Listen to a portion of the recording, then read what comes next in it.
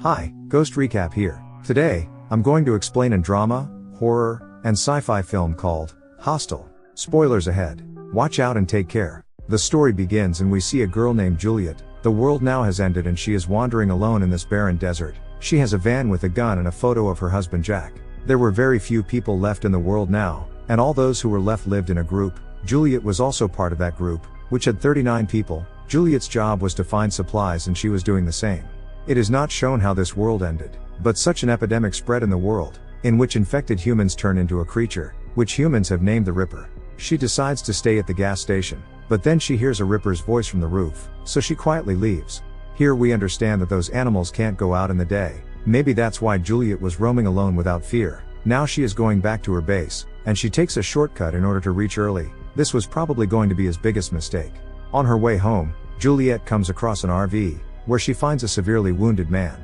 Pointing her gun at the stranger, Juliet demands to know where the creature went, to which the old man replies he's managed to lock it inside the RV. Juliet then learns from him that there are also canned goods inside his vehicle, but for this he has to kill that creature. The injured man requests Juliet to shoot him, as he does not want a monster to eat him. Juliet does not waste a single bullet on him. Having already wasted a lot of time, Juliet enters the RV and battles the Reaper. The windows shatter, and the vehicle is shaken, but in the end, Juliet kills the creature. Exhausted, Juliet gets out of the RV and finds the man dead on the ground before taking all his valuables and stock of food. Now back on the road, Juliet drives quietly and looks at a picture of her husband Jack. However, the picture is suddenly blown away by the wind, causing Juliet to lose control of her vehicle when she tries to retrieve it.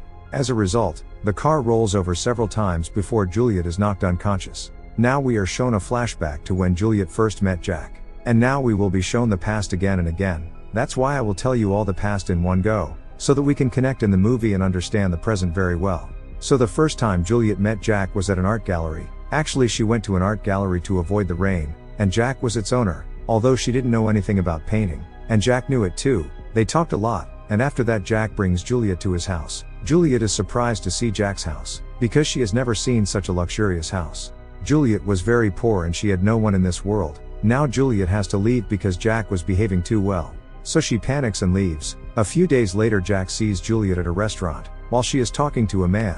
When he follows them both, he learns that Juliet deals drugs. He follows Juliet to her apartment, where there are several other men who are all drug addicts. Jack was surprised to see how Juliet must have lived among these people. When he goes inside, he learns that Juliet is a drug addict. Jack tells Juliet that he can help her, but Juliet finds this offensive and she gets angry at him. He also tried to offer some help to Juliet, but she refused and ordered him to leave. Jack then feels bad for following Juliet home, and leaves. One day Juliet comes to Jack in a very bad state. Jack doesn't even ask what happened, and cleans her up, tending to her wounds, before leaving her in a room to sleep. The next morning, Juliet thanks Jack and joins him for breakfast. But now she wanted to take drugs again, and when Jack stops her, Juliet starts throwing and breaking Jack's belongings. But Jack doesn't panic and hugs her tightly until she calms down, and eventually kissed her. Jack buys a house to get rid of Juliet's bad habits. He was doing all this because he loved her. Later, Juliet reluctantly informs Jack that she is pregnant. Jack is very happy after hearing this, but unfortunately, Juliet gives birth to a stillborn child.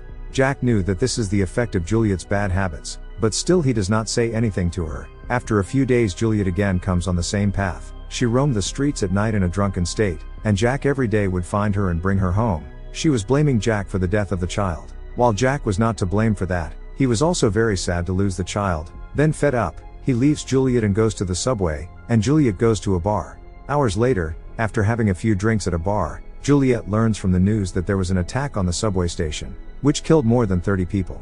She then answers the call she had been ignoring, is horrified to learn that Jack was among those who were hurt and leaves immediately. Although he survived, the gas used in the attack caused burns to his larynx and trachea, leaving him unable to speak. When Juliet enters Jack's room, he immediately apologizes to her for what happened.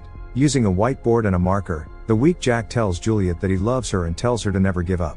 The next day when he again goes to the hospital to meet Jack, he comes to know that Jack is no more. He was a victim of chemical attack. That's why they disposed of Jack's body. Since then till today she always remembers Jack. She regrets that she never respected Jack. So this was the past of this movie, which is shown to us through flashbacks in between, but it breaks our attention. That's why I told you the whole past in one go.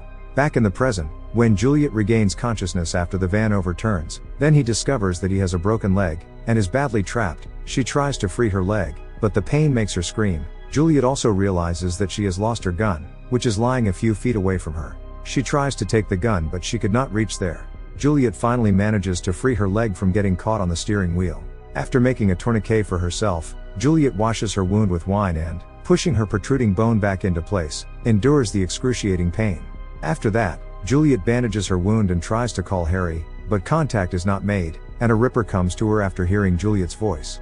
Juliet remains calm as she watches the Reaper, ready to shoot if the Reaper sees her. However, Harry's call breaks the silence, so Juliet is forced to throw out her radio to distract the creature.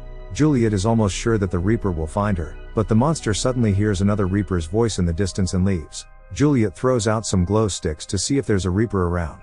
When nothing happens, Juliet slowly walks towards her radio. But then the Ripper appears, which was on top of his van. Here we can see the Ripper, who looked just like humans. This is what happened to humans from that chemical attack. And that's where the apocalypse begins. Juliet shoots at the Ripper which misses. After this she comes in the van, and now she is fully prepared when he comes in front of her. But the Reaper comes from behind and grabs hold of Juliet's leg and starts pulling her. Struggling to break free, Juliet starts the car and presses the accelerator, due to which the wheels moved and the monster got hurt, and it ran away. But he is still roaming around the van, when he suddenly appears from behind Juliet, and Juliet shoots him, after which she contacts Harry and is told that there is a beacon in the van. Turn her on so we can find you. She does exactly that, and she's found. Now his companions were coming to pick him up, but then the Ripper breaks the front glass, and now he was about to come straight into the van. Then Juliet turns on the headlights of the van, and because of the bright light, he runs away. Now again she contacts Harry, and asks when you guys are coming. Then she is told that those people are not coming now, because coming now would be risky. They can't come until the sun comes out. It doesn't matter to them whether Juliet lives or dies. They left Juliet to die. Now Juliet had to spend the night doing anything. Then she hears the sound of a car. Hearing this, Juliet calls them to her by playing the horn. But unfortunately they were robbers, who kills people and takes their belongings. As he attempts to stab Juliet, the Reaper appears and attacks the cannibal. The Reaper then brutally crushes the cannibal's skull, causing his friends to quickly leave. Now Juliet doesn't see any hope, so she is about to commit suicide. But then she remembers Jack, who told her to never give up, and as soon as Juliet thinks about it, she suddenly puts the gun down. Determined to survive, Juliet retrieves a flare and 2 fuel containers from the vehicle, dousing one with gasoline. She then lights flares to lure the Reaper out and turn him around, and when it does, she lures him into the container she prepared moments ago. When the creature is standing on the fuel-soaked ground, Juliet fires a can into it to kill it with the explosion, but the creature survives and flees, and turns around from behind, and grabs Juliet. He picks her up and throws her away, but then Juliet shoots him again, causing him to fall to the ground, but he's still moving. It would be morning soon, and Juliet was breathing a sigh of relief, because he thinks the Ripper is dead, but he was still alive. He was crawling to Juliet, but she fails to shoot at him, because he has no bullets left. Juliet quickly reloaded her gun. She feared that she might die at any moment. But the Ripper wasn't killing Juliet. Actually that creature was Jack, the one who was protecting her all night. Did not want to kill her but wanted to come near her. But Juliet doesn't understand. Juliet cries as she finally tells Jack that she loves him.